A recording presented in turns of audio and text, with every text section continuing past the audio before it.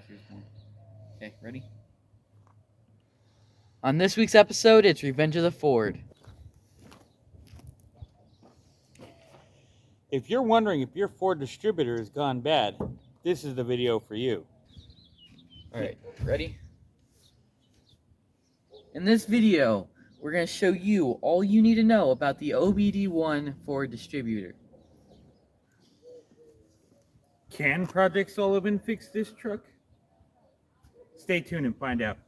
Previously on Project Sullivan, we inspected our brand new to us F250 HD extended kit. Did the full walk around, explaining all the features.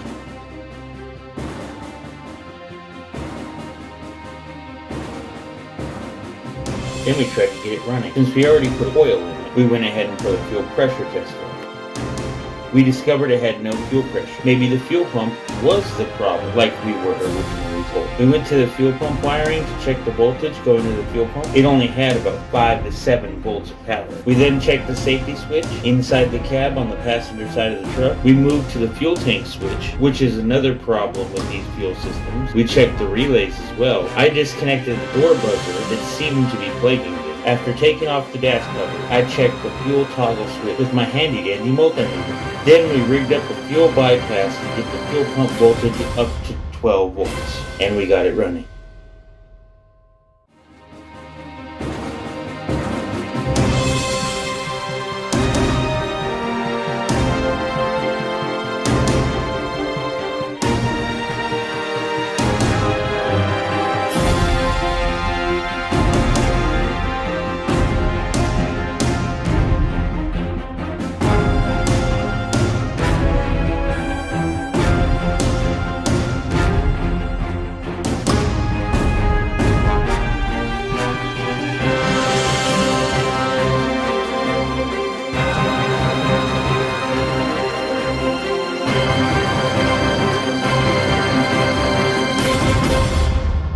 So, last episode we got the Ford running and idling. It was doing fantastic. We started doing some standard maintenance. Got up one morning, started the truck to get the next video film. Bam! It died. Couldn't figure it out. We still had fuel. We were still sitting at 5 to 7 volts on our fuel pump, but with our bypass, our fuel pump was still working at 12 volts and had pressure. Since we had fuel, the obvious step was to move on to spark. Pulled the coil wire off the distributor, but there was no spark. We knew the coil was brand new, so we checked the voltage to the coil. There was none. Okay, the module. Bought a new module, which is located above the driver's side wheel well near the OBD1 reader plug-in. That did not fix it. So we checked the voltage to the module. No power going to the module. I had an old OBD1 reader for Ford. After finding it and digging it out, Gogo and I had trouble reading the flashing light, and there was not much success. Luckily, Grandpa had a few spare computers. What the hell, let's plug them in. Let's see if it changes anything. Because if it changes anything, we know it's the computer. It didn't. We got so frustrated with the project, we had to take a break. I asked a few people I know that actually were mechanics and that had been wrenching for far longer than I have. Also asked on Facebook, tried what they said. Nothing seemed to work. So we just sat on it, thinking, trying to figure it out. That was about 4 months ago. And now we're back, and I have a plan. We're gonna get this truck running, hopefully. This is my first time trying to do something similar to this on a Ford, so I'm probably going to do this wrong. But you know what they say, the first step to being good at something is to be bad at it. Pretty sure we're taking the distributor off and changing the whole ignition mechanism. We're gonna see if we can leave the distributor in place. So, Ah, crap. see the electronic component coming out of it? Yep. Point to that. Right there. That's what we're gonna be trying to swap out today. How do we find cylinder 1, Gogo? One way you can find which one cylinder 1 is, on average, for most cars, is it'll be the cylinder pointing closest to the radiator. So, since this is a V8, we gotta find the one that's pointing a little bit closer to the radiator. Which valve cover, right here, the valve cover, is pointing a little bit closer to the radiator. Can you look over the top of the engine and see, Gogo? That one. This one? Yep. Okay, so that's going to be cylinder 1. Which Which spark plug wire is going there? Is that the one going to there? No, hang on. This is back one. Okay, so mark on the top of the distributor cap which one that is. Just put a mark going down between the two right here on the side so you know where the distributor cap. A lot of distributor caps will be, you can't mix it up. But just in case it isn't, we have a mark that tells us. Now let's go ahead and pull the distributor cap off and see if we can wiggle it out of the way without taking any of the spark plug wires off. You know what? We might need to take that hose back off again. That should do it. Do the other one.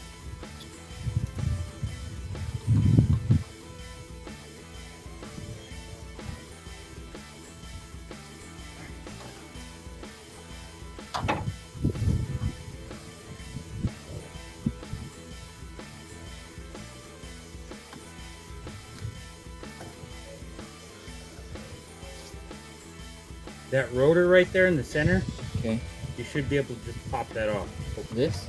Yeah. Even if it looks a little corroded, we might have to do a little rebuild on it. But that distributor is more important. Wow, look at that rust! Holy rust, Batman! We gotta take that plastic cover off next. What does it take to take that plastic cover off?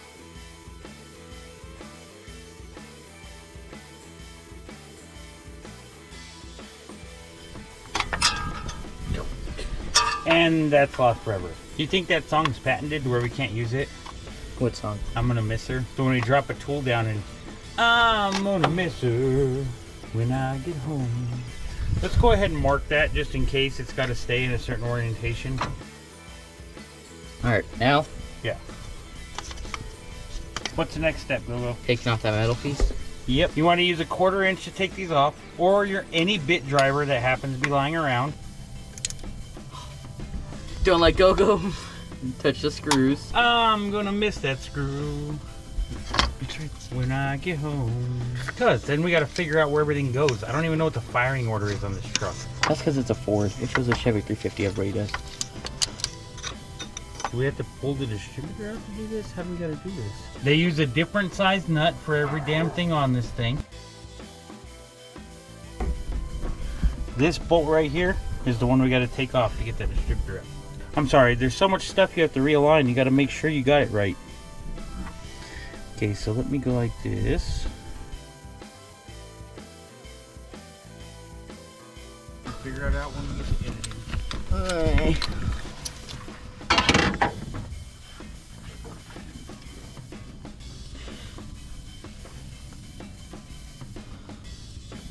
You gonna turn it the right way? Probably should. That might help a little bit.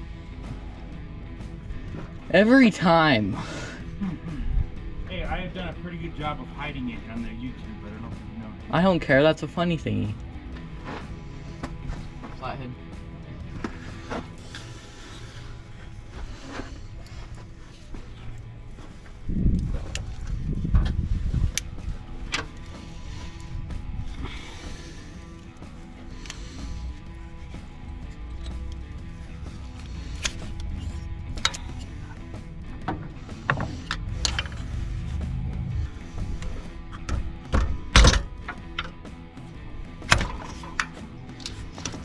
There we go. You see here, I don't know if you can see that or not, but that O-ring's broken, so we're gonna have to get a new O-ring. We gotta punch this pin out next to get this gear off, to get this bushing off, so this slides out so we can take it apart.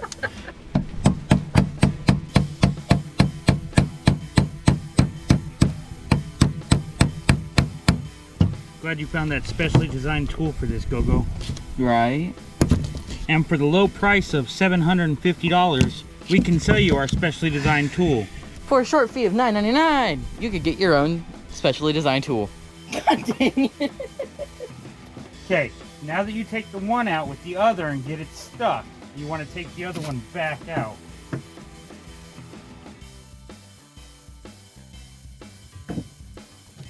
There we go.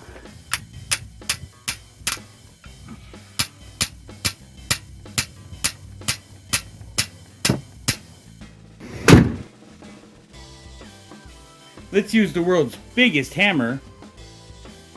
A whole 4 ounces. Let's use our sledgehammer. Sledgehammer. Hammer of justice.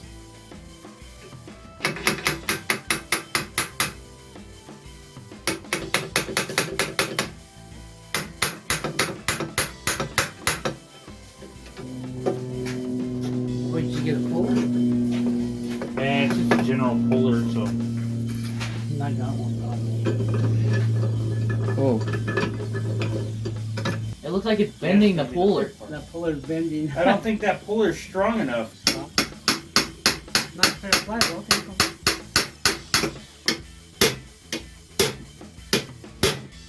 Where's the world's biggest hammer? Yeah. Hit that, Gogo. After a couple more hours of getting our butts whooped by this distributor, I went to check on the price of a brand new distributor. By the time I figured out a puller, by the time I figured out something to press them back on, it just seemed like it might be easier to buy a new one. AutoZone told us $120 for a new distributor. I asked to see what it looked like because, you know, the cam gear may be different or something. They brought the new one out, pulled it out of the box to show me. I noticed it had a cap and a rotor on it. It already had the right size cam gear. Heck, the electronic pickup was $60. By the time you buy a new cap and rotor, it's cheaper to just buy the new distributor. Then you don't have to worry about a press or a puller either. It's just all right there. Well, stab it and go. So we bought the new distributor. I'm done messing with this distributor. And match it up with the other distributor horizontal. The marker lines are. That's what we're going to do now. We just got to transfer our marker lines with our distributor. Just transferring the arrows over, kind of. They just got to be kind of close. We gotta be real close. You might be wondering why we skipped the whole finding top dead center step. The old distributor worked right where it was at. There was no reason for us to question and think that it might be a timing thing.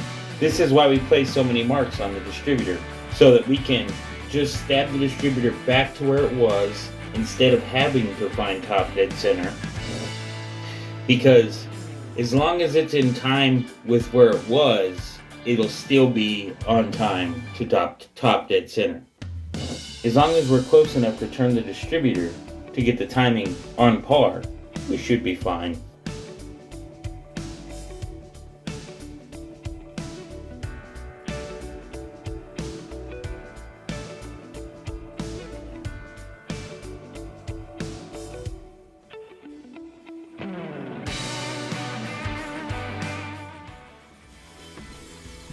Maybe.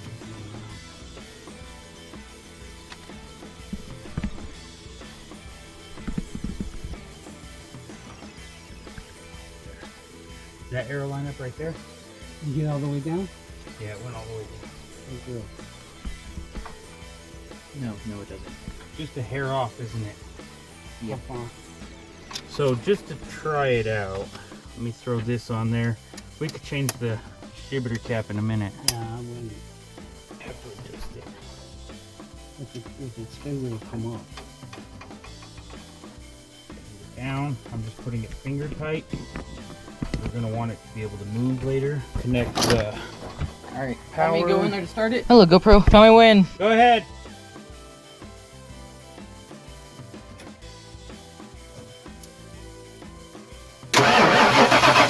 Oh, hold on. I gotta plug it in.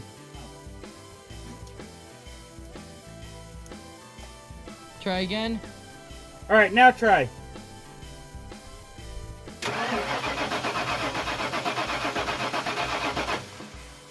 Hold on. Try it.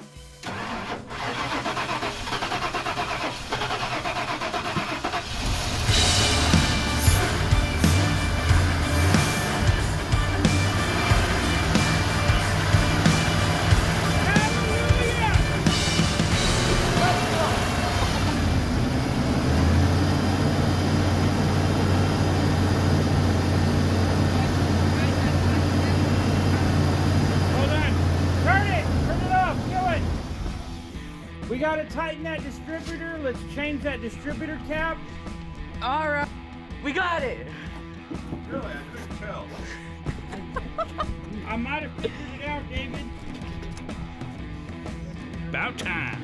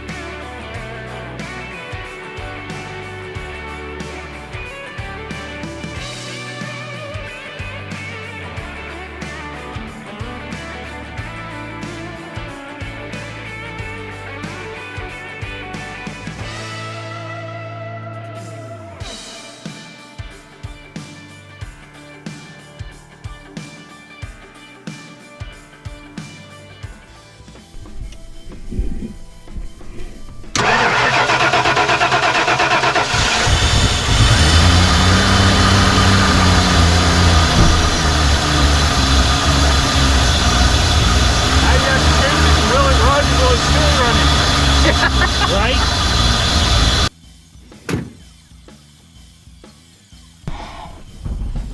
We're going for the first stride in this Ford.